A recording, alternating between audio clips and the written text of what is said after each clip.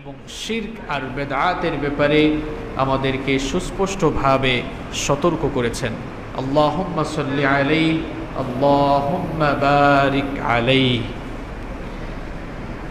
সম্মানিত মুসল্লিবৃন্দ, আমরা একটি কঠিন সময় অতিবাহিত করছি। প্রত্যেক দিনই প্রতিটি মুহূর্তে চতুর্দিক থেকে মানুষের অসুস্থতার খবর শোনা যাচ্ছে। সুস্থতা হচ্ছে এই পৃথিবীর সবচাইতে বড় নেয়ামতের নাম। সুস্থতা এটি যে কত বড় নেয়ামত, এটি অসুস্থ হলে পরেই অনুভব করা যায়। সুস্থতা হচ্ছে সকল সুখের মূল। যদি কোনো মানুষ সুস্থ না থাকে তাহলে সে দুনিয়ার কোনো নেয়ামতকে উপভোগ করতে পারবে না। এজন্য মানুষের ব্যাপারে ইসলামী শরিয়াত বা ইসলামী আকীদার দৃষ্টিভঙ্গি হচ্ছে আল আকলুস সালিম ওয়া সিহহাতুল বাদান, অর্থাৎ সুস্থ বিবেক এবং সুস্থ শরীর, সুস্থ দেহ। আপনার মস্তিষ্ক, আপনার বিবেক যদি সুস্থ না থাকে তাহলে আপনি স্রষ্টাকে চিনতে পারবেন না। আপনার বিবেক যদি সুস্থ না হয় তাহলে দ্বীনের ব্যাপারে আপনি সঠিক জ্ঞান অর্জন করতে পারবেন না। এজন্য মানুষের ব্যাপারে ইসলামী শরিয়া বা ইসলামী আকীদার দৃষ্টিভঙ্গি হচ্ছে প্রথমেই তার আকল, তার মস্তিষ্ক, তার বিবেক এটি সালিম অর্থাৎ সুস্থ হওয়া লাগবে। এরপরে 2 নম্বর হচ্ছে ওয়াসিহাতুল বাদান, এরপরে তার শরীর সুস্থ থাকা লাগবে। সে যদি দাঁড়াতে না পারে, চলতে না পারে, সে যদি সুস্থই না থাকে নামাজ কিভাবে পড়বে? সে যদি সুস্থ না থাকে তাহলে রোজা কিভাবে রাখবে? যদি সুস্থ না থাকে তাহলে আল্লাহর ইবাদত কেমনে করবে? এজন্য সুস্থ বিবেক আর সুস্থ শরীর, সুস্থ দেহ ছাড়া আল্লাহর ইবাদত করতেও মজা লাগে না। এজন্য ইসলাম মানুষের সুস্থতার ব্যাপারে সবচাইতে বেশি গুরুত্ব দিয়েছে। ইসলাম এটি কল্পনাপ্রসূত কোনো ধর্ম নয়। ইসলাম কেবলমাত্র মানুষের স্পিরিচুয়াল আধ্যাত্মিকতার কথা বলে না। ইসলাম হচ্ছে মানবিক, বাস্তবিক, বিজ্ঞানসম্মত জীবন ব্যবস্থা। এজন্য ইসলাম মানুষের কল্যাণের কথা বলে, বাস্তবিক কথা বলে, সায়েন্টিফিক কথা বলে। ইসলাম মানুষের সুস্থতা সম্পর্কে এত চমৎকার চমৎকার কথা বলেছে। বর্তমান বিজ্ঞান, বর্তমান চিকিৎসা বিজ্ঞান মানুষের সুস্থতার ব্যাপারে, মানুষের শারীরিক সুস্থতার জন্য সচেতনতা সম্পর্কে যে কথাগুলো এখন বলছে, কোরআনুল কারীম এবং সুন্নাহ যদি আপনি একটু পড়েন, একটু বুঝার চেষ্টা করেন, গবেষণা করেন, তাহলে দেখবেন এগুলো আরো 1500 বছর আগে কোরআন সুন্নায় এই দিক নির্দেশনাগুলো দেওয়া হয়েছে। সুবহানাল্লাহ। আমরা এগুলো জানি না কেন? কারণ আমরা এগুলো নিয়ে পড়াশোনা করি না। আমরা এগুলো জানি না কেন?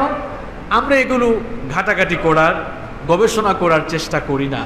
আমরা মনে করি কোরআন, হাদিস বা ইসলাম এটি তো কেবল আধ্যাত্মিকতার উৎস, এখান থেকে কেবল আধ্যাত্মিক শক্তি নেওয়া যাবে। কিন্তু বাস্তবিক, মানবিক, প্রয়োজনীয় এবং বিজ্ঞানসম্মত অনেক দিক নির্দেশনা যে কোরআন থেকে, হাদিস থেকে পাওয়া যায়, এটি আমরা জানি না। আর না জানার কারণেই আমাদের এই অবস্থা হয়েছে। সম্মানিত ভাইয়েরা, সুস্থতার প্রতি ইসলাম কতটা গুরুত্ব দিয়েছে দেখেন। ইসলামের দৃষ্টিতে এই পৃথিবীতে ঈমানের পরে মানুষের জন্য সবচেয়ে বড় নেয়ামতের নাম হচ্ছে সুস্থতা। সুবহানাল্লাহ। এই জন্য মুসনাদে আহমদের বর্ণনায় হাদিস এসেছে, রাসূল করিম সাল্লাল্লাহু আলাইহি ওয়াসাল্লাম বলেছেন, সাল্লাল্লাহুল আফওয়া ওয়াল আফিয়া فإن أحدا لم يعط بعد اليقين خيرا من العافية। রাসূল করিম সাল্লাল্লাহু আলাইহি ওয়াসাল্লাম বলেছেন, তোমরা আল্লাহর কাছে সুস্থতার নেয়ামত প্রার্থনা করো, কারণ পৃথিবীতে ঈমানের পরে সুস্থতার মতো দামি কোনো নেয়ামত আর দেয়া হয় নাই। পৃথিবীতে ঈমানের পরে সবচাইতে দামি দৌলতের নাম হচ্ছে সুস্থতা। সুস্থতা হচ্ছে পৃথিবীর শ্রেষ্ঠ সম্পদ। গোটা পৃথিবীর সমস্ত সম্পদগুলোকে যদি এক পাল্লায় রাখা হয় আর আরেক পাল্লায় যদি সুস্থতা রাখা হয়, তাহলে গোটা পৃথিবীর সমুদয় সম্পদের চাইতে সুস্থতার পাল্লা ভারী হয়ে যাবে। আল্লাহু আকবার। এটি এটি কি কারণে বললাম? মনে করুন কোন লোক অঢেল সম্পদের মালিক, অর্থ, বিত্ত, ক্ষমতা, কোনো কিছুর ঘাটতি যার কাছে নেই, এমন কোন লোক যে অঢেল ধন দৌলতের মালিক, এরকম কোন লোক যদি অসুস্থ থাকে, তাহলে আপনারাই বলুন তো, অসুস্থ অবস্থায় তার এই অঢেল ধন সম্পদ খাবে কে, উপভোগ করবে কে? কারণ সবচেয়ে দামি সম্পদ সুস্থতাই তো তার কাছে আছে নাই। কিন্তু একজন গরিব মানুষ, অর্থবিত্ত তার কাছে নেই, প্রাচুর্য নেই, কিন্তু লোকটা সুস্থ, তার কাছে যা কিছু আছে তা খেয়ে পড়ে অন্তত শ্বাস প্রশ্বাস ফেলে সুস্থ এবং স্বাভাবিকভাবে সে বেঁচে থাকতে পারবে। এই জন্য সুস্থতা হচ্ছে পৃথিবীর সবচাইতে দামি দৌলতের নাম। এজন্যই নবীজি বলেছেন, পৃথিবীর সবচাইতে সুখী মানুষ কারা? শোনো, আমরা মনে করি যার গাড়ি আছে, বাড়ি আছে, যার অর্থ, বিত্ত, ক্ষমতা, সম্পদ আছে, সেই লোকটাই মনে হয় পৃথিবীর সবচাইতে সুখী মানুষ। এরকম যদি কেউ ভেবে থাকে তাহলে তার সেই ভাবনা ভুল। এরকম যদি কেউ চিন্তা করে থাকে তাহলে তার চিন্তা ভাবনা ভুল। এরকম যদি কারো দৃষ্টিভঙ্গি থাকে তাহলে তার সেই দৃষ্টিভঙ্গি ভুল। কারণ নবীজি বলেছেন, তিরমিজি শরীফের হাদিস, মান আসবাহা মিনকুম আমিনান ফি সিরবিহি মুআফান ফি জাসাদিহি ইনদাহু কুতু ইয়াউমিহি ফাকান্নামা হিজাত লাহুদ দুনিয়া। বিশ্বনবী সাল্লাল্লাহু আলাইহি ওয়াসাল্লাম বলেছেন, তোমাদের মধ্যে যদি কোনো ব্যক্তি সুস্থ এবং নিরাপদ থাকে, সুস্থ শরীর নিয়ে নিরাপদে সে যদি তার পরিবার পরিজন নিয়ে কোনো দিনের সকাল শুরু করে, আর তার কাছে যদি ওই দিনের খাবার মজুদ থাকে, তাহলে রব্বুল আলামিন যেন তাকে গোটা দুনিয়ার সকল সম্পদ দিয়ে সুখী করে দিয়েছেন। কিন্তু আমাদের অভ্যাস কেমন? এই সুস্থতা থাকার পরেও আমরা অভাব ফিল করি। আপনি একটু চিন্তা করেন তো, আজকের দিনের সকাল শুরু হয়েছে কত মানুষের অসুস্থতা দিয়ে, কিন্তু তার বিপরীতে আপনার সকাল শুরু হয়েছে সুস্থতা দিয়ে, আলহামদুলিল্লাহ। সুতরাং এই পৃথিবীর সবচেয়ে সুখী মানুষ আপনি, কারণ আজকের দিন শুরু হয়েছে আপনার শারীরিক সুস্থতা দিয়ে। নবীজি সেই কথাই বলছেন, শারীরিক সুস্থতা দিয়ে যে ব্যক্তি তার দিন শুরু করে, সকাল শুরু করে, সেই হচ্ছে এই দুনিয়ার সবচেয়ে সুখী মানুষ। সুবহানাল্লাহ। আপনি যদি এর প্রমাণ পেতে চান, এই চট্টগ্রাম শহরের একজন কোটিপতির বাসায় যান, যেই লোক আজ সকাল থেকে কিংবা কাল রাত থেকে অসুস্থ, তার পাশে গিয়ে আপনি দেখেন সেই আপনি যাকে সুখী মনে করেন সেই লোকটা কতটা অসুস্থ নিজেকে ভাবছে, আর সেই লোক আপনাকে দেখে সুস্থ হওয়ার জন্য একটু আকাঙ্ক্ষা করছে, ঠিক কিনা? সুতরাং সুস্থতার সাথে যেই লোক দিন শুরু করে, নবীজির ভাষায় তারাই হচ্ছে দুনিয়ার সবচাইতে সুখী মানুষ। সুস্থতা হচ্ছে সুস্থ ব্যক্তির মাথার মুকুট। এজন্য আরবিতে একটি প্রবাদ আছে, আস-সিহহাতু তাজুন আলা রুউসিল আসিহা, অর্থাৎ সুস্থতা হচ্ছে সুস্থ ব্যক্তির মাথার মুকুট।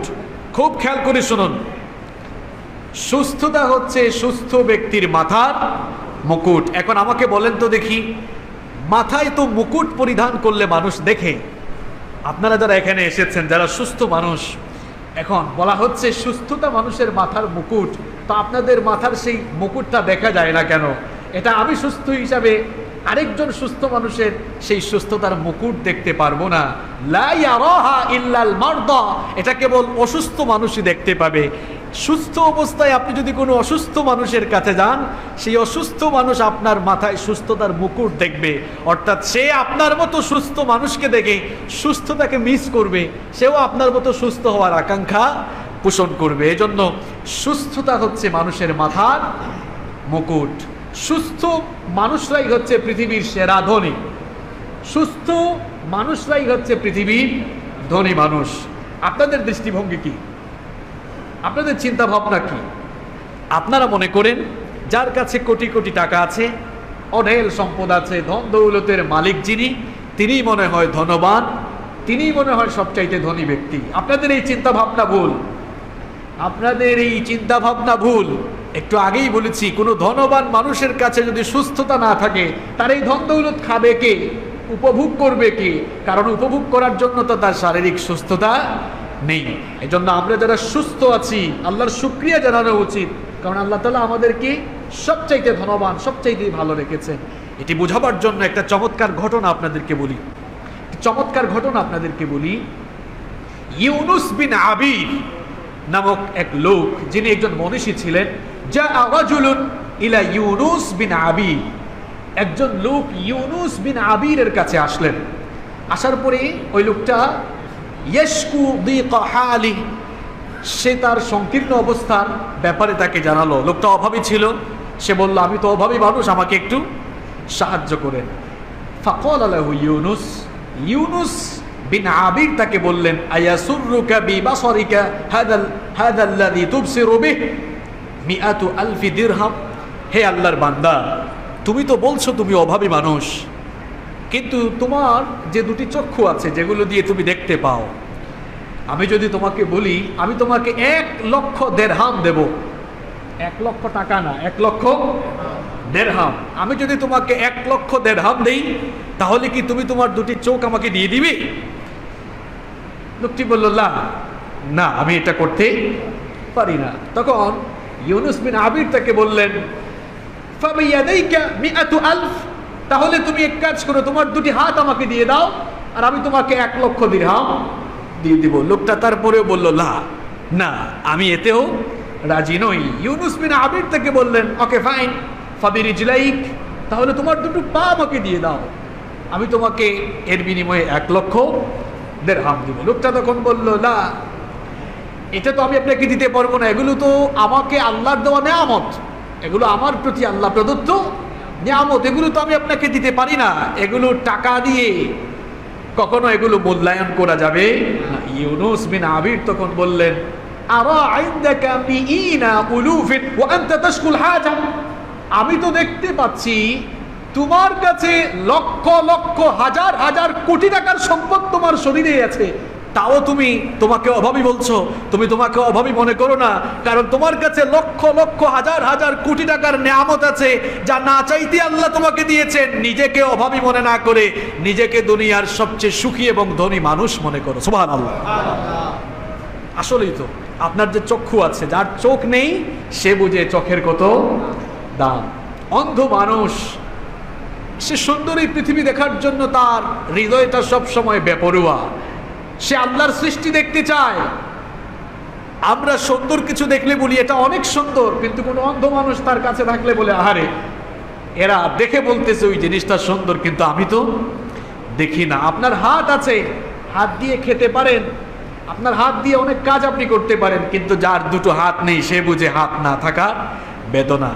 অনেক পঙ্গু মানুষ আছে যারা হাঁটতে পারে না, কিংবা যার পা দুটো অকেজু হয়ে গেছে, বিছানায় শুয়ে আছে, হয়তো বিছানায় শুয়ে শুয়ে এখন আমাদের এই আলোচনা শুনতেছে। আপনার পা আছে বলে আপনি মসজিদে এসেছেন, আপনি চলতে পারেন। যার দুটো পা নাই সে বুঝে পা না থাকার ব্যথা বেদনা।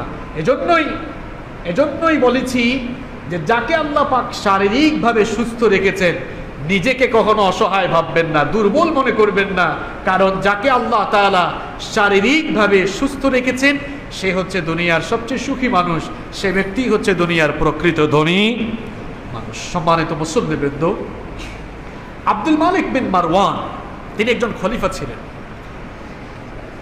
কুবাইসা বিন দুআইব তিনি একটি ঘটনা বর্ণনা করছেন। তিনি বলছেন, কুন্না নাসমাউ নিদাআন আব্দুল মালিক বিন মারওয়ান মিন ওয়ারাইল হুজুরা ফি মারাদিহি। তিনি বলছেন আব্দুল মালিক বিন মারওয়ান তিনি একজন খলিফা ছিলেন। তিনি যখন অসুস্থ হয়ে গেলেন, তার কামরার ভেতরে তিনি একটি কথা বললেন, সেটা আমরা শুনলাম। তিনি বলেছিলেন, ইয়া আহলান নিআম, হে ওই সকল লোকেরা তোমরা যারা আল্লাহর নিয়ামত পেয়েছো, লা তাস্তাকিল্লু শাইআন মিনান নিআমি মাআল আফিয়া, তোমরা কোনো নিয়ামতকে ছোট মনে করো না যতক্ষণ তোমাদের মধ্যে সুস্থতা আছে।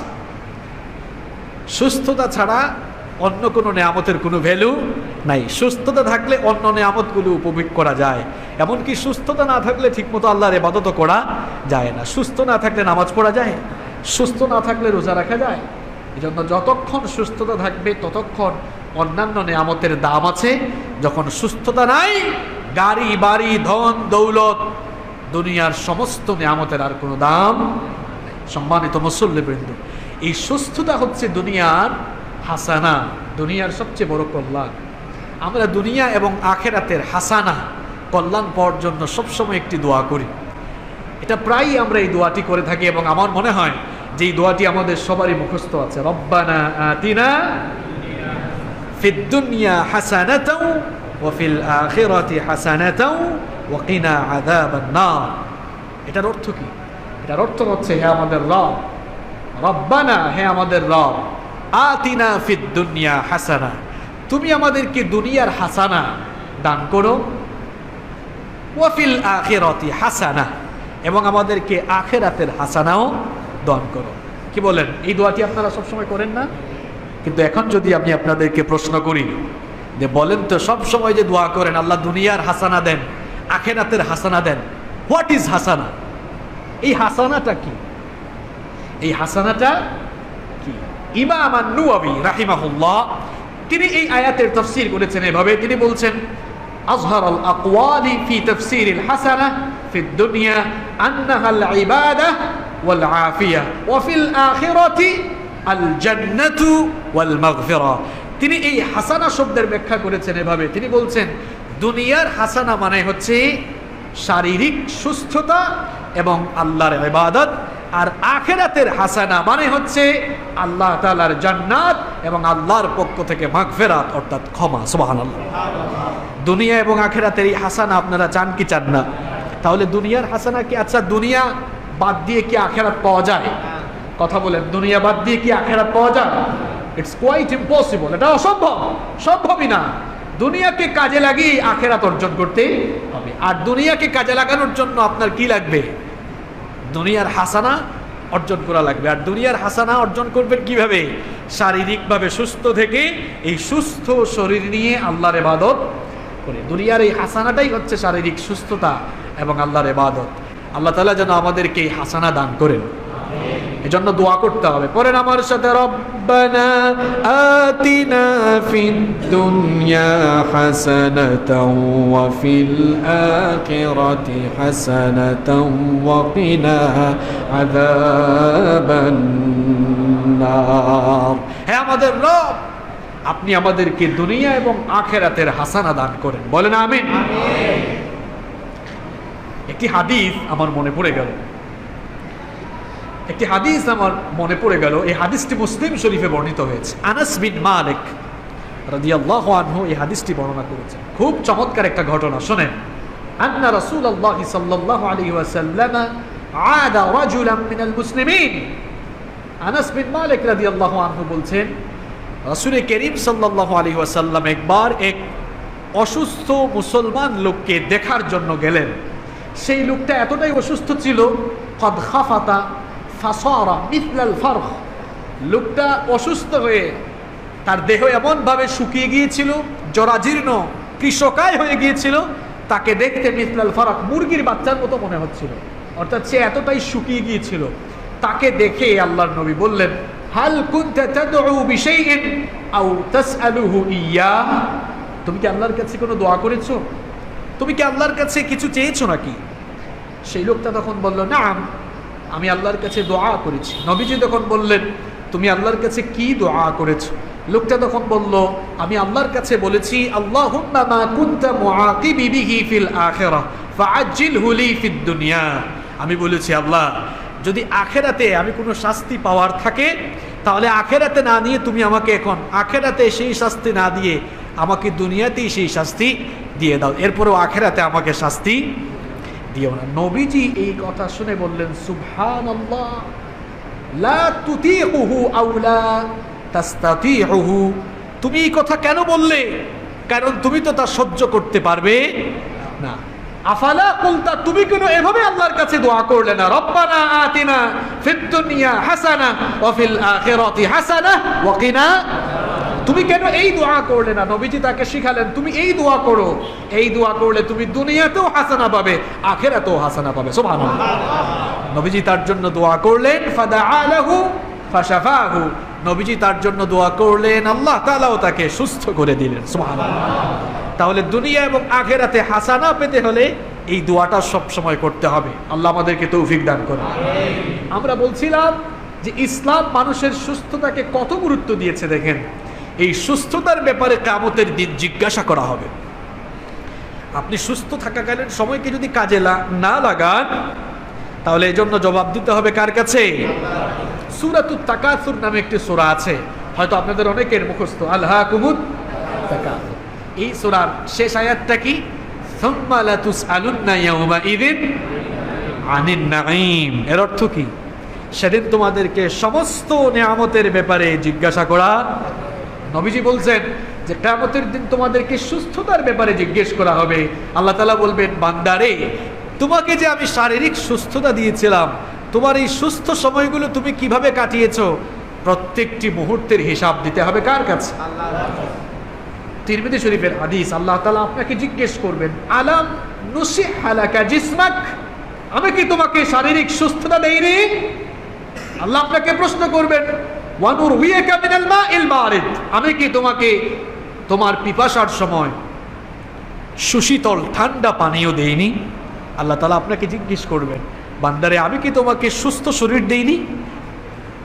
তাহলে চিন্তা করুন তো শারীরিকভাবে যারা সুস্থ আছেন, সুস্থ থেকেও যারা নামাজ পড়েন না, সুস্থ থেকেও যারা সময় নষ্ট করে ফেসবুকিং করেন, পাবজি, যুবক আর তরুণরা যে পাবজি আর ফ্রি ফায়ার, তারপর এখন কত খেলা বের হয়েছে, এখন দেখি বাস দিয়েও খেলা শুরু হয়েছে একটা। এই যে বিভিন্ন ধরনের খেলা খেলে আপনি যে সময় নষ্ট করছেন, সুস্থতার সময়কে কাজে লাগাচ্ছেন না, আপনার এই সময়ের হিসাব দেওয়া লাগবে কার কাছে? আগে থেকে সতর্ক হয়ে যান। যেহেতু ইসলাম মানুষের সুস্থতার সময়কে অত্যধিক গুরুত্ব দিয়েছে এবং এই সুস্থ থাকাকালে সময়ের ব্যাপারে আল্লাহর কাছে জবাবদিহি করা লাগবে, সেজন্য সুস্থ থাকাকালীন আপনার কিছু গুরুত্বপূর্ণ কাজ, গুরুত্বপূর্ণ কিছু করণীয় রয়েছে। আমরা যারা শারীরিকভাবে সুস্থ আছি, একজন সুস্থ ব্যক্তির জন্য করণীয় কি? একজন সুস্থ ব্যক্তির জন্য করণীয় কাজ মোট 6টি। কয়টি কাজ? একজন সুস্থ ব্যক্তির জন্য 6টি করণীয় কাজ রয়েছে। নাম্বার 1, 1 নাম্বার হচ্ছে তার এই শারীরিক সুস্থতার জন্য আল্লাহ তাআলার শুকরিয়া আদায় করা। কারণ আপনাকে শারীরিকভাবে যিনি সুস্থ রেখেছেন তিনি কে? একটু আগেই বলেছি, আজকে জুমার এই দিন সকাল শুরু হয়েছে কত মানুষের আহাজারি দিয়ে। কিছু মানুষের সকাল শুরু হয়েছে আর্তচিৎকার, আহাজারি, ফরিয়াদ, কষ্ট দিয়ে, দুঃখ দিয়ে, আর আপনার সকাল শুরু হয়েছে সুস্থতা দিয়ে। আলহামদুলিল্লাহ। এজন্যই আপনার এই সুস্থতার জন্য আপনি শুকরিয়া জানাবেন কার? চতুর্দিক থেকে মানুষের অসুস্থতার খবর আসছে। ফেসবুকে ঢুকলেই কত পরিচিত মানুষের মৃত্যুর খবর শোনা যাচ্ছে। ফেসবুকে ঢুকলেই কত পরিচিতজন, ঘনিষ্ঠজন, কত বন্ধু, কত আত্মীয় স্বজনের চরম অসুস্থতার খবরের পোস্ট পাওয়া যাচ্ছে। এই চরম অসুস্থতার ভেতরে গত 1.5 বছরের এই বৈশ্বিক মহামারীর ভেতরে কত মানুষ দুনিয়া থেকে চলে গেল, আর আপনি এখনো সুস্থ। শুকরিয়া করবেন কার? এজন্য সুস্থ ব্যক্তির প্রথম দায়িত্ব হলো তাকে যিনি সুস্থ রেখেছেন ওই আল্লাহ শুকরিয়া জানানো। সবাই একটু আন্তরিকতার সাথে মন খুলে বলেন আলহামদুলিল্লাহ। আল্লাহর শুকরিয়া যদি করেন তাহলে আপনার উপরে নিয়ামত বাড়িয়ে দিবেন কে? এই জন্য রব্বুল আলামিন বলেছেন, লা ইন শাকারতুম লা আযীদান্নাকুম ওয়া লা ইন কাফারতুম ইন্না আযাবি লাশাদীদ।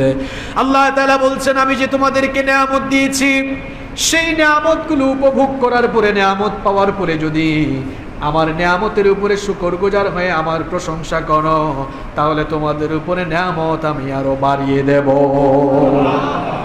এই জন্য সব সময় নিয়ামতের জন্য শুকরিয়া যার করব তিনি কে? সেকেন্ডে সেকেন্ডে আল্লাহর শুকরিয়া করেন। আপনি যে এখনো সুস্থভাবে বেঁচে আছেন, আল্লাহর শুকরিয়া আপনি কিভাবে আদায় করবেন বলেন?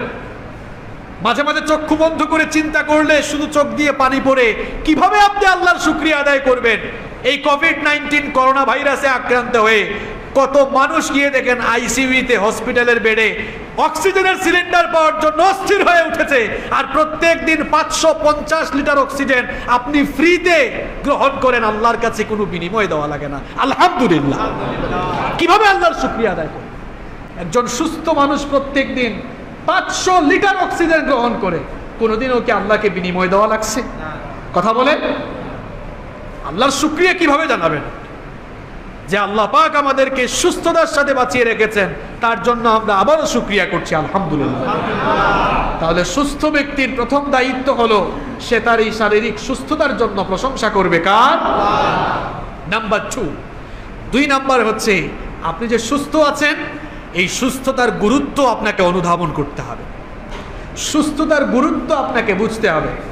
আমাদের মধ্যে কিছু গাফেল মানুষ আছে, এরা শারীরিকভাবে সুস্থ কিন্তু তারা সুস্থতার কদর করে না।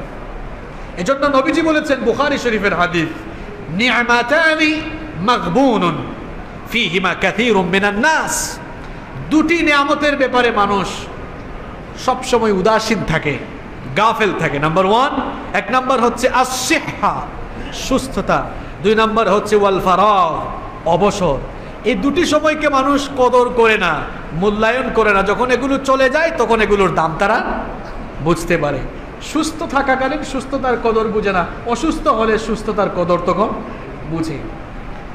অবসর থাকাকালীন সময়টা কদর করে না, যখন ব্যস্ত হয়ে যায় তখন অবসর সময়ের কদরটা বুঝে। আপনি সুস্থ আছেন, আপনার জন্য 2 নাম্বার দায়িত্ব হলো আপনি সুস্থতাকে কদর করবেন, মূল্যায়ন করবেন, সুস্থতাকে অনুধাবন করতে, সুস্থতার গুরুত্ব বুঝতে পারবেন।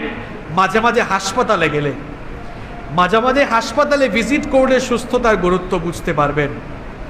আপনাকে যে আল্লাহ তাআলা কতটা ভালো রেখেছেন, আপনি যদি সেটা বুঝতে চান মাঝে মাঝে হাসপাতাল ভিজিট করবেন।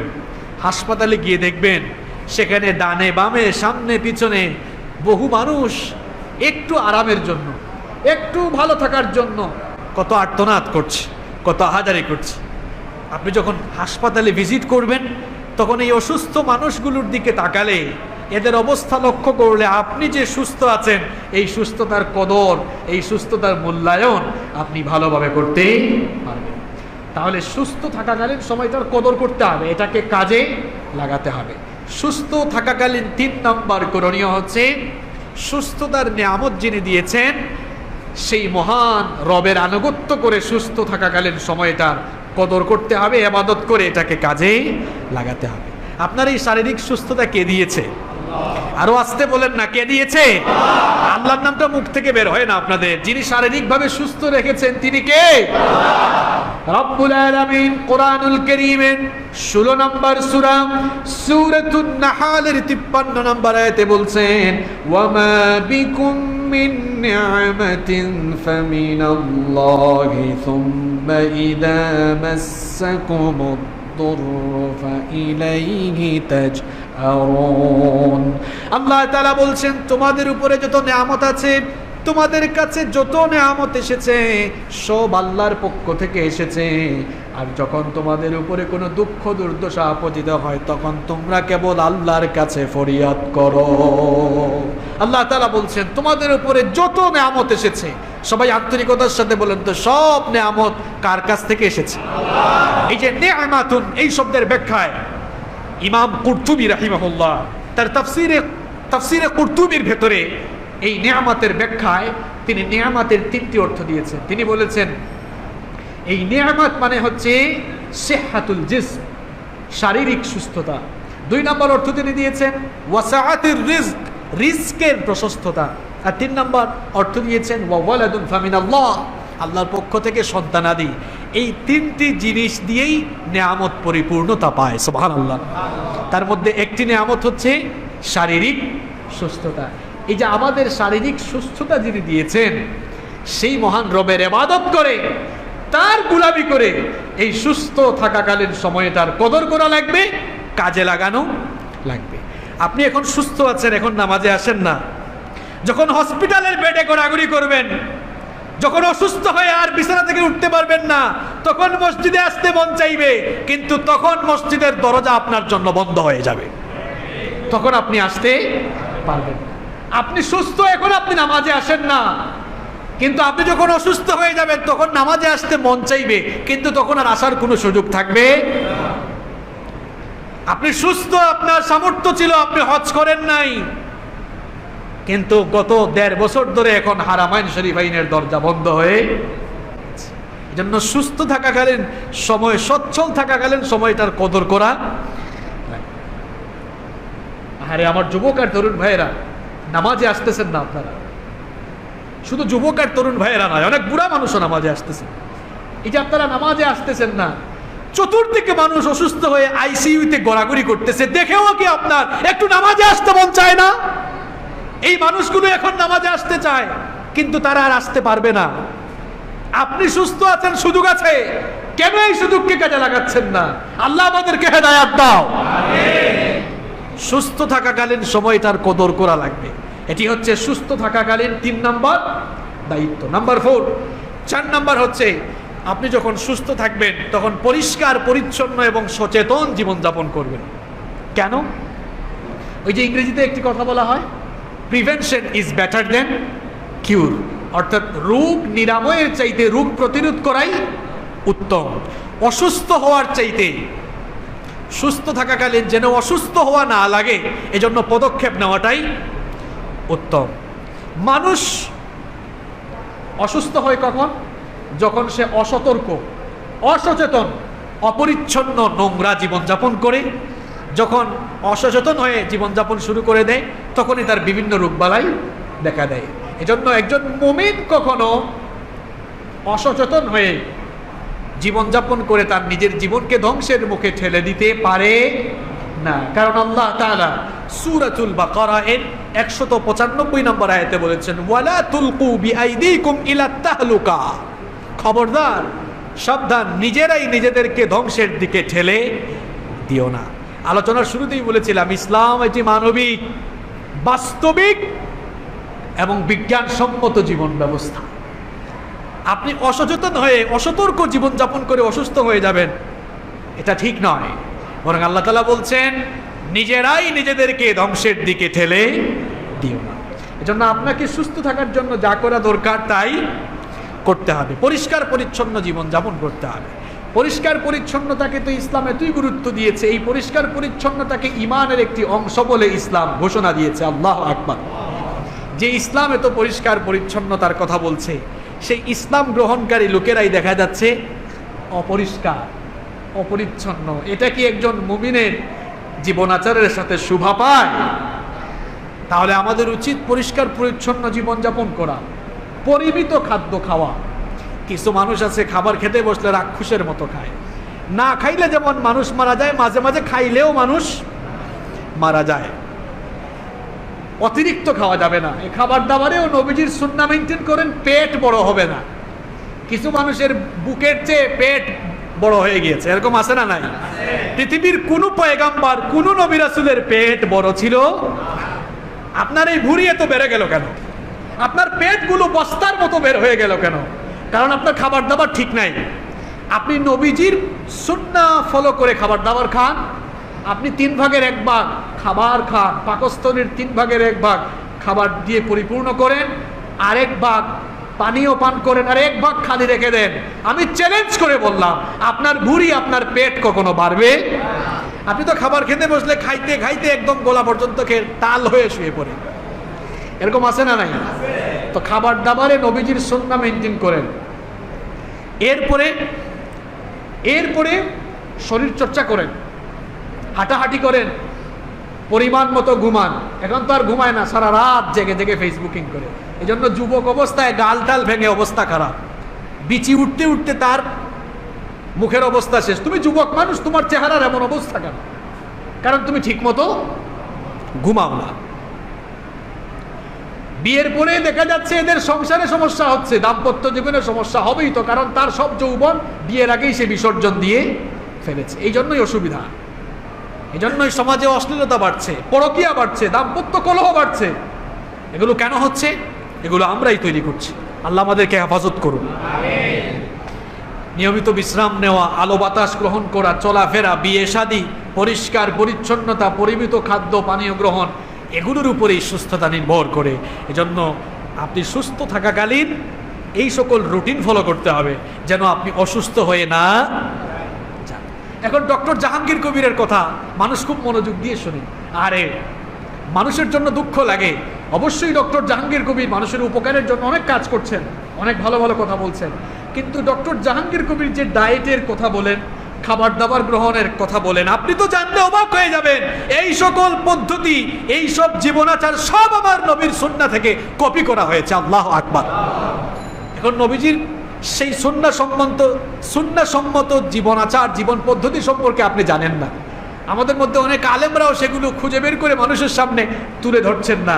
যদি তুলে ধরতেন, মানুষেরা মোটিভেট হতো, ইসলামের ব্যাপারে মানুষের আগ্রহ, উৎসাহ, উদ্দীপনা আরো বাড়তো না, কমতো।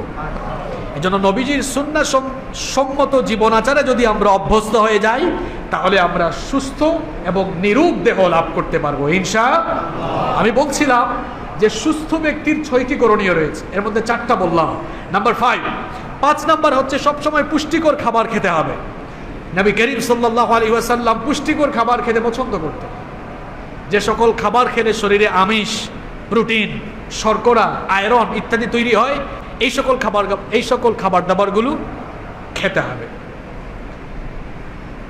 যেহেতু এখন বৈশ্বিক মহামারী চলছে, এই মহামারীর সময়েও আপনার শরীরটাকে, এই ভাইরাসকে মোকাবেলার জন্য শরীরে অ্যান্টিভাইরাস তৈরি করা লাগবে।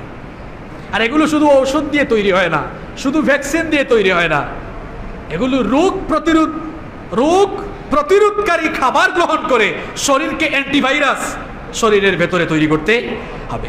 অর্থাৎ শরীরটাকে রোগ প্রতিরোধকারী সম্পন্ন শরীর হিসাবে তৈরি করা লাগবে। এই জন্য যে সকল খাবার শরীরের রোগ প্রতিরোধ ক্ষমতা বাড়ায়, সেই সকল খাবারগুলো বেশি বেশি খাওয়া লাগবে।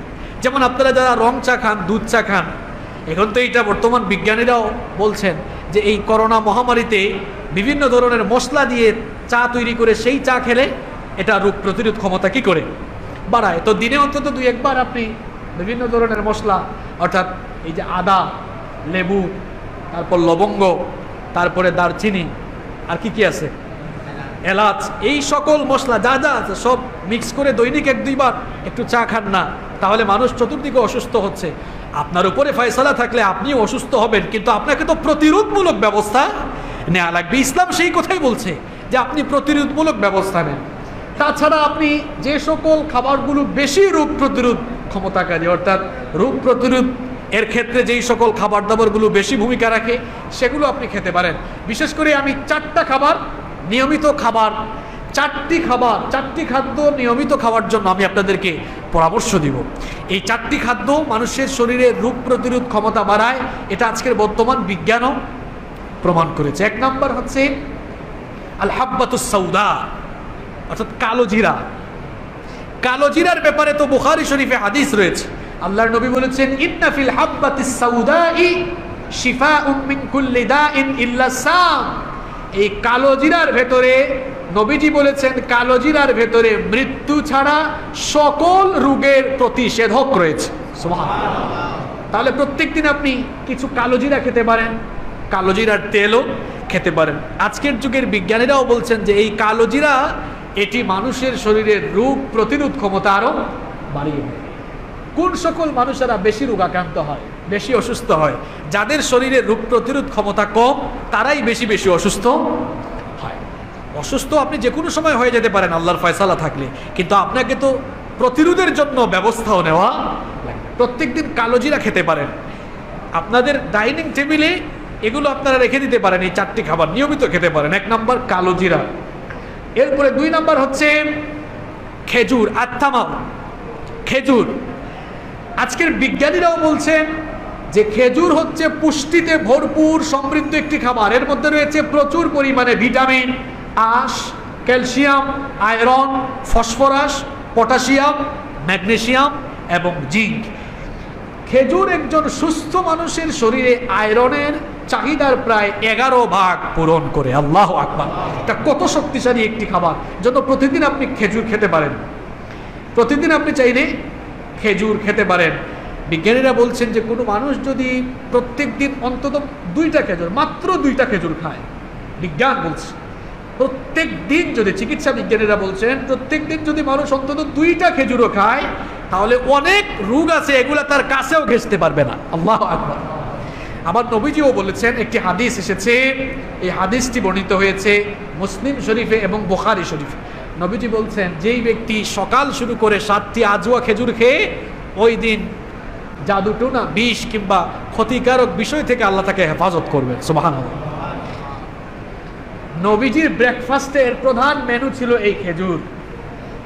নবীজি সকালবেলা খেজুর খেয়ে তার দিন শুরু করতেন, অর্থাৎ খেজুর ছিল তার ব্রেকফাস্টের প্রথম মেনু।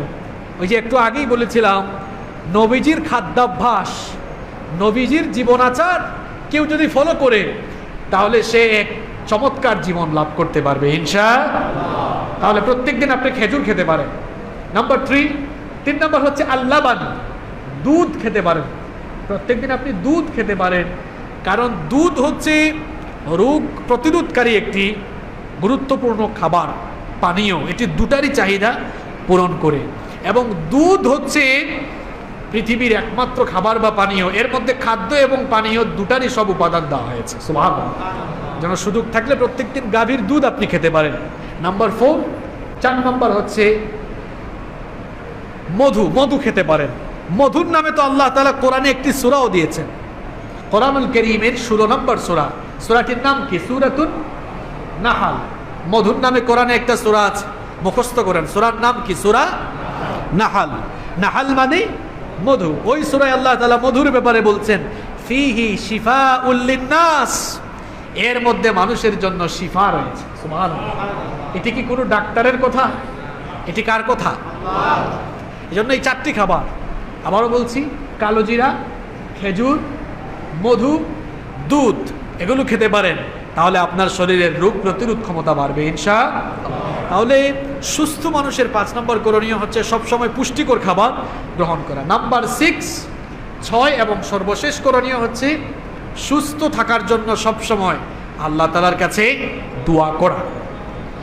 আপনি সুস্থ থাকার জন্য নিয়মিত ব্যায়াম করলেন, ভালো ভালো খাবার খেলেন, সচেতন থাকলেন, ডাক্তারের পরামর্শ আপনি মানলেন, কিন্তু আল্লাহর কাছে দোয়া না করলে কি নিস্তার পাওয়া যাবে? কারণ রোগদাতা এবং রোগ থেকে মুক্তিদাতা যিনি, তিনি কে? আল্লাহ। জন্য আল্লাহর কাছে দোয়াও করা লাগবে। আমরা হাত তুললে অনেক দোয়া করি, আল্লাহ আমার ছেলে মেয়েগুলোকে ভালো রাখো, আল্লাহ আমাকে হালাল উপার্জনের তৌফিক দাও, আল্লাহ আমাকে আরো দাও। এরকম দোয়া করেন কিনা? কত ধরনের দোয়া আমরা করি। কিন্তু নবীজি বলছেন, মানুষ আল্লাহর কাছে যত দোয়া করে সবচাইতে শ্রেষ্ঠ দোয়া হলো সুস্থতার দোয়া। সুবহানাল্লাহ। আনাস বিন মালিক রাদিয়াল্লাহু আনহু হাদিসটি বর্ণনা করেছেন। এই হাদিসটি তিরমিজি এবং ইবনে মাজাহ শরীফে বর্ণিত হয়েছে। আনাস বিন মালিক রাদিয়াল্লাহু আনহু বলছেন, আন্না রাজুলান জাআ ইলা নবী সাল্লাল্লাহু আলাইহি ওয়াসাল্লাম, তিনি বলছেন যে এক লোক নবীজির কাছে আসলো। এক লোক নবীজির কাছে আসলো, এসে নবীজিকে জিজ্ঞেস করলো, আইয়ুদ দুআই আফদাল, ওগো আল্লাহর নবী, কোন দোয়াটি সবচাইতে শ্রেষ্ঠ দোয়া? নবীজি তখন লোকটাকে বললেন, সাল রাব্বাকাল আফিয়াতা ওয়াল মুআফাতা ফিদ দুনিয়া ওয়াল আখিরাহ, তুমি তোমার রবের কাছে দুনিয়া আর আখিরাতের ব্যাপারে মুআফা, সুস্থতা চাও। সুম্মা আতাহু ফিল ইয়াউমিস সানি, লোকটি চলে গেল। এরপরে দ্বিতীয় দিন আবার এসে সেম কোশ্চেন করলো, ওগো আল্লাহর নবী, সবচাইতে উত্তম দোয়া কোনটি? নবীজি তাকে আবারও বললেন, তুমি আল্লাহর কাছে সুস্থতার জন্য দোয়া করো। লোকটি চলে গেল। তৃতীয় দিন আবার আসলো। তৃতীয় দিন এসে আবারও প্রশ্ন করলো, ওগো আল্লাহর নবী, বলেন তো আমাকে কোন দোয়াটি সবচাইতে শ্রেষ্ঠ দোয়া? নবীজি তাকে বললেন, সুস্থতার দোয়াটি হচ্ছে সবচাইতে শ্রেষ্ঠ দোয়া। এই জন্য তুমি যখনই আল্লাহর কাছে হাত তুলবে, সবার আগে আল্লাহর কাছে সুস্থতার নেয়ামত চাইবে। তখন নবীজি তাকে আরো বললেন, ফাইদা উতিতাল আফিয়াতা ওয়াল মুআফাতা ফিদ দুনিয়া ওয়াল আখিরাহ ফাকাদ আফলাহতা, আল্লাহর বান্দা তুমি শোনো, তুমি এই দোয়া করার পর আল্লাহ যদি তোমার এই দোয়া কবুল করে তোমাকে দুনিয়া আর আখিরাতের সুস্থতা দান করে দেন, তাহলে তুমি জেনে রাখো দুনিয়া আর আখিরাতে তুমি সফল হয়ে গেলে। যে ব্যক্তি দুনিয়া আখিরাত উভয় জায়গার মুআফা, আফিয়া অর্থাৎ সুস্থতা পেয়েছে, সেই লোকটাই প্রকৃতপক্ষে সফল হয়েছে। সুবহানাল্লাহ। আমরা যেন সুস্থতার ব্যাপারে দোয়া করতে ভুলে না যাই। এজন্য নামাজে 2 সাজদার মাঝখানে আমরা অনেকগুলো দোয়া করি, সেখানেও সুস্থতার দোয়া আমাদেরকে শেখানো হয়েছে। 2 সাজদার মাঝখানে আপনারা অনেকগুলো দোয়া করেন না? আল্লাহুম্মা গফিরলি, ওয়ারহামনি ওয়াহদিনি ওয়াআফিনি ওয়াআফু আননি ওয়ারযুকনি। এগুলোর অর্থ কি? এগুলোর অর্থ হচ্ছে আল্লাহুম্মা গফিরলি অথবা রব্বি গফিরলি, আল্লাহ আমাকে ক্ষমা করে দেন। ওয়ারহামনি, আমার উপরে রহম করেন। ওয়াহদিনি, আমাকে হেদায়াত দান করেন। ওয়ারযুকনি, আমাকে রিজিক দান করেন। ওয়াআফিনি, আল্লাহ আমাকে সুস্থতা দান করেন। সুবহানাল্লাহ। তাহলে দুই সাজদার মাঝখানেও সুস্থতার দোয়া আছে না নাই? রাসূল করিম সাল্লাল্লাহু আলাইহি ওয়াসাল্লামের চাচা আব্বাস বিন আব্দুল মুত্তালিব, তিনি নবী করিম সাল্লাল্লাহু আলাইহি ওয়াসাল্লামের কাছে গিয়ে বললেন, আল্লিমনি শাইআন আসআলুহুল্লাহু আযজা ওয়া জাল। তিনি বললেন, ওগো আল্লাহর রাসূল, এমন একটি দোয়া আমাকে শিখিয়ে দেন, আমি যেই দোয়াটি আল্লাহর কাছে করব, যেই দোয়া করে আল্লাহর কাছে আমি কিছু চাইব। নবীজি তখন বললেন, সালিল্লাহুল আফিয়া, আল্লাহর কাছে আপনি সুস্থতা চান। ফামাকাতা আইয়ামান, কিছুদিন চলে গেল। সুম্মা জিতা ফাকুলতু, এরপরে তিনি আবারও সুম্মা জিতু, তিনি বলছেন আমি আবারও নবীজির কাছে আসলাম, এসে আবারও বললাম, আল্লিমনি শাইআন আসআলুহুল্লাহ, আমাকে এমন একটি দোয়া শিখান যেই দোয়ার মাধ্যমে আল্লাহর কাছে আমি কিছু চাইবো। নবীজি সেদিনও আমাকে বললেন, ইয়া আব্বাস, ইয়া আম্মা রাসূলিল্লাহ সাল্লাল্লাহু আলাইহি ওয়াসাল্লাম, সাল্লিল্লাহুল আফিয়াতা ফিদ দুনিয়া ওয়াল আখিরাহ। হে আব্বাস, হে আল্লাহর রাসূলের চাচা আব্বাস, আপনি শুনেন, আপনি হাত তুললেই সবার আগে সুস্থতার নিয়ামত প্রার্থনা করেন, কারণ সুস্থ না থাকলে দুনিয়ার কোনো নিয়ামত কি আর উপভোগ করা যাবে? এজন্য সবার আগে আপনি সুস্থতার নিয়ামত প্রার্থনা করেন। আল্লাহ যদি আপনাকে সুস্থতা দান করে, তাহলে আপনি দুনিয়া আর আখিরাত উভয় জায়গায় সফল হতে পারবেন। এজন্য হাত তুললে ভাইরা আগে সুস্থতা চাইয়েন। নবীজি সকাল সন্ধ্যায় আল্লাহর কাছে দোয়া করতেন, আল্লাহুম্মা ইন্নী আসআলুকাল আফিয়াতা ফিদ দুনিয়া ওয়াল আখিরাহ। পরের আমার সাথে, আল্লাহুম্মা ইন্নী আসআলুকাল আফিয়াতা ফিদ দুনিয়া ওয়াল আখিরাহ। যখনই আল্লাহর কাছে হাত তুলবেন এই দোয়াগুলো করবেন, আল্লাহুম্মা ইন্নী আসআলুকাল আফিয়াতা ফিদ দুনিয়া ওয়াল আখিরাহ। এরপরে একটু আগে যে আরেকটি দোয়ার কথা বললাম, রব্বানা আতিনা ফিদ দুনিয়া হাসানা ওয়া ফিল আখিরাতি হাসানা ওয়া কিনা। এই কঠিন সময়ে, মহামারীর সময়ে বেশি বেশি দোয়া পড়বেন, আল্লাহুম্মা ইন্নী আউযু বিকা মিনাল বারাস ওয়াল জুনুনি ওয়াল জুযামি ওয়া মিন সাইয়্যিল আসকাম। এর অর্থ কি? এর অর্থ হচ্ছে, আল্লাহ আপনি আমাকে শ্বেত, উন্মাদ, ধবল, কুষ্ঠরোগ এবং কঠিন কঠিন রোগ থেকে আমাকে আপনি হেফাজত করেন। বলেন আমিন। তাহলে সুস্থ থাকাকালীন একজন সুস্থ মানুষের কয়টি করণীয়, কয়টি দায়িত্ব? 6টি। যদি ভুলে যান আবারও মনে করিয়ে দিচ্ছি। 1 নাম্বার, সুস্থতার জন্য কার প্রতি শুকরিয়া জানানো? 2 নাম্বার, সুস্থতার গুরুত্ব অনুধাবন করা। 3 নাম্বার, যিনি সুস্থতা দিয়েছেন তার জন্য সমস্ত ইবাদত করা। 4 নাম্বার, পরিষ্কার পরিচ্ছন্ন এবং সচেতনভাবে জীবনযাপন করা। 5 নাম্বার, পুষ্টিকর খাবার দাবার খাওয়া। এবং 6 নাম্বার হচ্ছে সুস্থ থাকার জন্য আল্লাহর কাছে দোয়া করা। সুস্থতা অনেক বড় নিয়ামত। অসুস্থ হলে এই সুস্থতার দামটা বোঝা যায়। সুস্থতা এবং অসুস্থতা এটি কার পক্ষ থেকে আসে? বলেন না, কার পক্ষ থেকে আসে? আপনি যদি কখনো অসুস্থ হয়ে যান তখন কি করবেন? এতক্ষণ তো ইসলামের সুস্থতার গুরুত্ব এবং সুস্থ ব্যক্তির করণীয়র ব্যাপারে কোরআন সুন্নাহর আলোকে কথা বললাম। এবার আলোচনার শেষ পর্যায়ে শেষ যে পয়েন্ট আমি বলবো সেটি হচ্ছে, অসুস্থ যদি কখনো হয়ে যান, যদি আপনি কখনো কোনো রোগে আক্রান্ত হয়ে যান, তখন আপনি কি করবেন? তখন আপনার করণীয়, তখন আপনার দায়িত্ব কি হবে? কোরআন এবং হাদিস থেকে এ ব্যাপারে 10টি করণীয়, 10টি দায়িত্বের কথা আমি সংক্ষেপে তুলে ধরবো ইনশাআল্লাহ। অসুস্থ ব্যক্তির মোট 10টি করণীয় রয়েছে। নাম্বার 1 নাম্বার হচ্ছে, অসুস্থ হয়ে গেলে, যে কোনো রোগে আক্রান্ত হয়ে গেলে রোগের ব্যাপারে বিশুদ্ধ আকীদা লালন করতে হবে। আমাদের অনেকের এই জায়গাতেই সমস্যা আছে, রোগের ব্যাপারে সঠিক আকীদা নাই। এখন আপনাদের মনে হতে পারে যে রোগের ব্যাপারে সঠিক আকীদা, এটা আবার কেমন কথা? অর্থাৎ একজন মুমিন সব সময় তার অন্তরে এই বিশ্বাস পোষণ করবে, রোগ দেওয়ার মালিকও আল্লাহ, রোগ থেকে নাজাত মুক্তি দেওয়ার মালিকও হচ্ছেন আল্লাহ।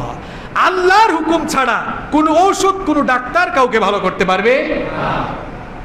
রোগের ব্যাপারে আপনার আকীদা আগে ঠিক করে ফেলতে হবে। কোনো ব্যক্তি বা কোনো বস্তু আল্লাহর হুকুম ছাড়া কাউকে রোগাক্রান্ত করতে পারে না, কিংবা কাউকে সুস্থ করে তুলতে পারে না। রোগের কি নিজস্ব কোনো ক্ষমতা আছে? কি আপনাদের কোনো সন্দেহ আছে? বলেন না কেন? রোগের কি নিজস্ব কোনো ক্ষমতা আছে? মনে রাখবেন, কোনো রোগের নিজস্ব কোনো ক্ষমতা নেই। এমনকি সংক্রামক বা ছোঁয়াচে রোগও আল্লাহর হুকুম ছাড়া নিজে নিজে সে সংক্রমিত হতে পারে। আকীদা ঠিক করে রাখবেন।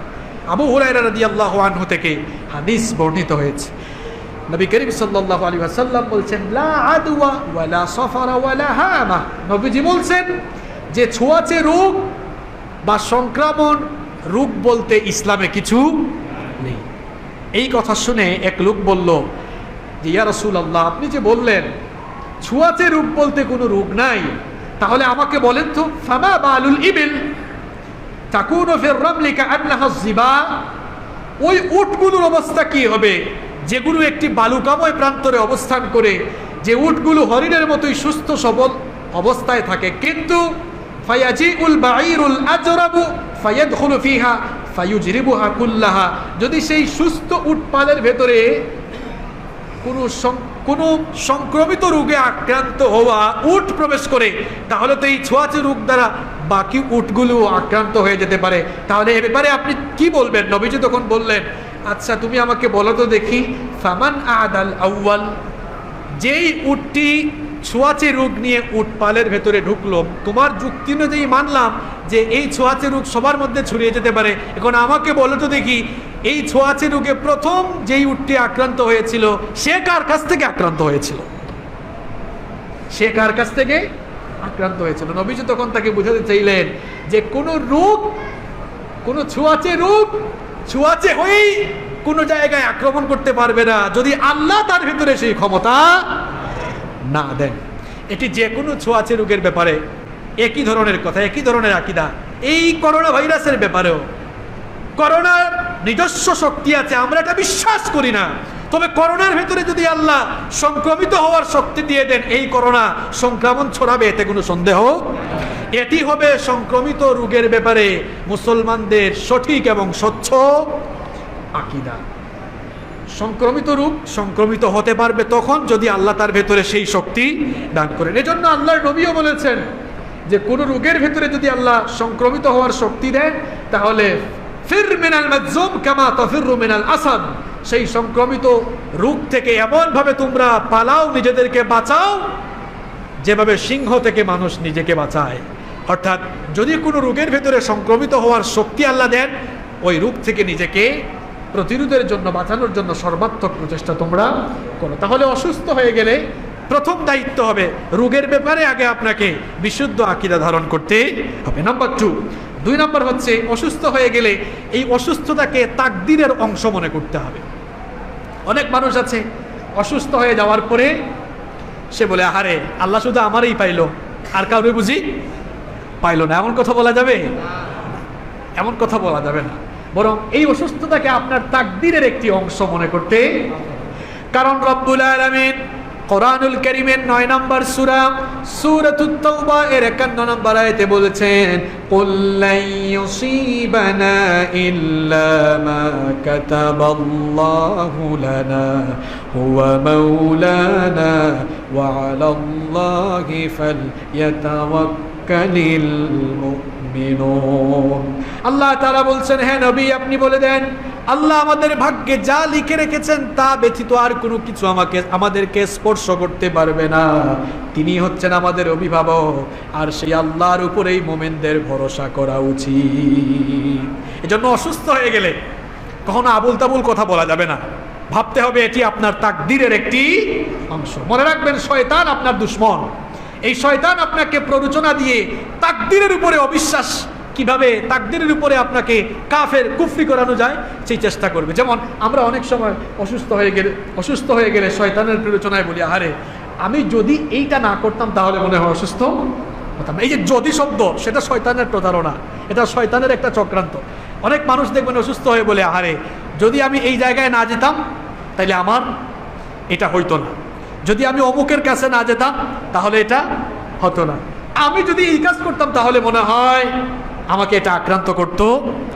এরকম কথা বলা যাবে না, এরকম যদি বলা যাবে না। আপনার উপরে রোগের ফয়সালা থাকলে না গেলেও হবে, গেলেও। এই জন্য রোগ বালাই হলে পরে একজন রোগীর 2 নাম্বার করণীয় হচ্ছে সেই রোগকে তার তাকদীরের একটি অংশ মনে করবে। নাম্বার 3 নাম্বার হচ্ছে রোগাক্রান্ত হলে, অসুস্থ হয়ে গেলে ধৈর্য ধারণ করতে। আমরা অনেকেও ধৈর্য হয়ে যাই, একটু অসুস্থ হয়ে গেলেই দেখা যায় আর যেন সহ্য হয় না, কাতরানো, চিৎকার চেঁচামেচি আছে না নাই? এরকম করা যাবে না, বরং রোগে সুখে আক্রান্ত হলে ধৈর্য ধারণ করতে হবে। নাম্বার 4 নাম্বার হচ্ছে কোনো রোগে আক্রান্ত হলে ওই রোগকে গালি দেওয়া যাবে না। অনেকে আছে দেখবেন অসুস্থ হলে ওই অসুস্থ থেকে ওই রোগকে গালি দেয় যে এই রোগটা খুব খারাপ, এই রোগটা বেশি খারাপ, এটা আমাকে একদম অকেজু করে ফেললো, এই রোগটা খুব সাংঘাতিক, এটা আমাকে দুর্বল করে ফেললো। এরকম বলে কি বলে না? আল্লাহর নবী একদিন এক সাহাবী অসুস্থতাকে দেখতে গেলেন, গিয়ে দেখলেন যে তিনি থরথর করে কাঁপছেন। আল্লাহর নবী বললেন, কি ব্যাপার, তুমি থরথর করে কাঁপছো কেন? সাহাবী তখন বললেন, ইয়া রাসূলুল্লাহ, বলেন সাল্লাল্লাহু আলাইহি ওয়াসাল্লাম, আমার জ্বর হয়েছে, এই জ্বরটা খুব খারাপ রোগ, আল্লাহ যেন এর মধ্যে কোনো কল্যাণ না রাখেন, বরকত না রাখেন। নবীজি এই কথা শুনে বললেন, খবরদার, রোগকে তুমি গালি দিও না। তুমি যে অসুস্থ হয়েছো, সুস্থতা যেমন নেয়ামত, তুমি যেহেতু ইমানদার মুমিন, একজন মুমিনের জন্য অসুস্থতাও নেয়ামত। কারণ আল্লাহ নবী তখন বললেন, এই যে তুমি জ্বরে আক্রান্ত হয়েছো, এর দ্বারা আল্লাহ তোমার গুনাহগুলোকে মাফ করে দিচ্ছেন। তাহলে মুমিন ইমানদারদের জন্য কিন্তু অসুস্থতাও নেয়ামত, ইমানদারের জন্য মহামারীও নেয়ামত। আপনি বলবেন, হুজুর এটা আবার কেমন কথা বললেন? আল্লাহ নবীর হাদিসে এসেছে অসুস্থ হলে আল্লাহ তাআলা বান্দার কি করেন? গুনাহগুলো। তাই বলে কি আপনি ইচ্ছা করে অসুস্থ হবেন নাকি? না। যদি তাকদিরে থাকে আর অসুস্থ হয়ে যান, তাহলে এই রোগকে অভিশাপ মনে করা যাবে না, বরং এটাও নেয়ামত। এর মাধ্যমে আল্লাহ আপনার গুনাহগুলোকে মাফ করে দিচ্ছেন। আর মহামারীতে আক্রান্ত হয়ে যদি আপনি দুনিয়া থেকেও চলে যান, ঈমান থাকলে কোনো লস নাই, কারণ আল্লাহ আপনাকে শহীদি মর্যাদা দান করবেন। সুবহানাল্লাহ। এজন্য ঈমানদারের দুনিয়াতেও লস নাই, আখিরাতেও। তাহলে রোগকে কখনো গালি দেওয়া যাবে। আমরা অনেকেই আছি সামান্য রোগাক্রান্ত হয়ে গেলে অধৈর্য হয়ে যায়, রোগকে গালিগালাজ করা শুরু করে দেয়। অথচ আল্লাহর নবীরা কেমন ছিলেন শুনেন। সাইয়েদনা আইয়ুব আলাইহিস সালাম কত কঠিন রোগে আক্রান্ত ছিলেন। 1 মাস আর 2 মাস নয়, 1 বছর আর 2 বছর নয়, সাইয়েদনা আইয়ুব আলাইহিস সালাম 18টি বছর পর্যন্ত কঠিন রোগের ভেতরে আক্রান্ত ছিলেন। সাইয়েদনা আইয়ুব আলাইহিস সালাম এমন মারাত্মক রোগে আক্রান্ত হলেন, তার পা থেকে নিয়ে মাথা পর্যন্ত পুরো শরীরটা পচে যাওয়া আরম্ভ হলো। পুরো শরীরটা পচতে পচতে তার পুরো শরীরে যখন সংক্রমণ বেড়ে গেল, তার এলাকার লোকেরা তাকে এলাকা ছাড়া করলো, এলাকা থেকে বের করে দিল। এমনকি তার সন্তানাদি, তার ঘরের লোকেরা তাকে ঘর থেকে বের করে দিল। তার ঘরের লোকেরা, এলাকার লোকেরা যখন তাকে এলাকা থেকে বের করে দিল, 18টি বছর পর্যন্ত সেই রোগের মধ্যে তিনি ছিলেন। সারা শরীর পচতে পচতে যখন তার জিহবা পচা শুরু হয়ে গেল, এতদিন পর্যন্ত 18 বছর পর্যন্ত রোগকে গালি দিলেন না, আল্লাহর কাছে কোনো অভিযোগও পেশ করলেন না। কিন্তু যখনই আল্লাহর নবী আইয়ুব আলাইহিস সালামের জিহবাটা পচা ধরা আরম্ভ হয়ে গেল, তখন তিনি প্রথমবারের মতো মুখ খুলে আল্লাহর কাছে ফরিয়াদ করলেন, ওয়া আইয়ুবা ইদ নাদা রাব্বাহু আন্নী মাসসানিয়াদ দুররু ওয়া আনতা আরহামুর রাহিমিন। আল্লাহ তাআলা তার সেই দোয়া কোরআনে উঠিয়ে দিলেন। আইয়ুব আলাইহিস সালাম তখন বললেন, আল্লাহ তাআলা বলছেন, স্মরণ করো আইয়ুবের কথা, 18 বছর পর্যন্ত অসুস্থ থেকেও আমার কাছে কোনো অভিযোগ করে নাই। যখন তার জিহবায় পোকা ধরা শুরু হলো, তখন সে বলল, গো আমার রব, তুমি তো দেখতেই পাচ্ছ আমি অসুস্থ, আর আমি তো জানি তুমি দয়ালুদের মধ্যে সবচাইতে শ্রেষ্ঠ দয়ালু। সুতরাং আমার জিহবাটাও যদি পচে যায়, তাহলে তুমি যে আমাকে রোগ দিয়েছো, তোমার মতো সেই দয়াল আল্লাহর জিকির আমি কেমনে করব? আল্লাহু আকবার। তখনও অভিযোগ না, আল্লাহ আমাকে মাফ করে দেন এটা বলেন নাই, বলেছেন আল্লাহ সব তো পচে গিয়েছে, জিহ্বাটা ভালো রাখো যেন তোমার মতো আল্লাহকে আমি জিকির করে স্মরণ করতে পারি। সুবহানাল্লাহ। অভিযোগ করেছেন? অভিযোগ করেছেন? তাহলে অভিযোগ করা যাবে না, রূপকেও গালি দেওয়া যাবে না, সবর করতে হবে, ধৈর্য ধারণ করতে হবে। নাম্বার 5 নাম্বার হচ্ছে কোন রোগে আক্রান্ত হলে মৃত্যু কামনা করা যাবে। আমাদের মধ্যে অনেক মানুষ আছে দেখবেন, কঠিন রোগে আক্রান্ত হলে বলে সে বলে আল্লাহ আমাকে মৃত্যু দাও, মরণ দিয়ে আমাকে দুনিয়া থেকে নিয়ে নাও। কি বলেন? এরকম বলে কি বলে না? বলে কি বলে না? আল্লাহর নবী বলেছেন কখনোই কঠিন কোন রোগে আক্রান্ত হলে তোমরা মৃত্যু কামনা করো না, বরং তোমরা আল্লাহকে এভাবে আল্লাহর কাছে দোয়া করো, তোমরা বলো আল্লাহুম্মা আহয়িনি মা কানাতিল হায়াতু খায়রাল লি ওয়া তাওয়াফফানি ইযা কানাতিল ওয়াফাতু খায়রাল লি।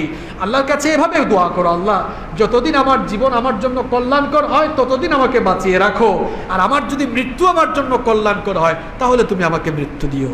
এরপরেও কখনো মৃত্যুকে চাওয়া যাবে না, কামনা করা যাবে। নাম্বার 6 নাম্বার হলো অসুস্থ হলে আতঙ্কিত হওয়া যাবে না, হতাশ হওয়া যাবে। এখন তো তাই চলছে, চতুর্দিকে আতঙ্ক আছে না নাই? মনে রাখবেন শারীরিক অসুস্থতা মানুষকে যতটা না ঘায়েল করে, মানসিক অসুস্থতা মানুষকে তার চেয়েও বেশি ঘায়েল করে।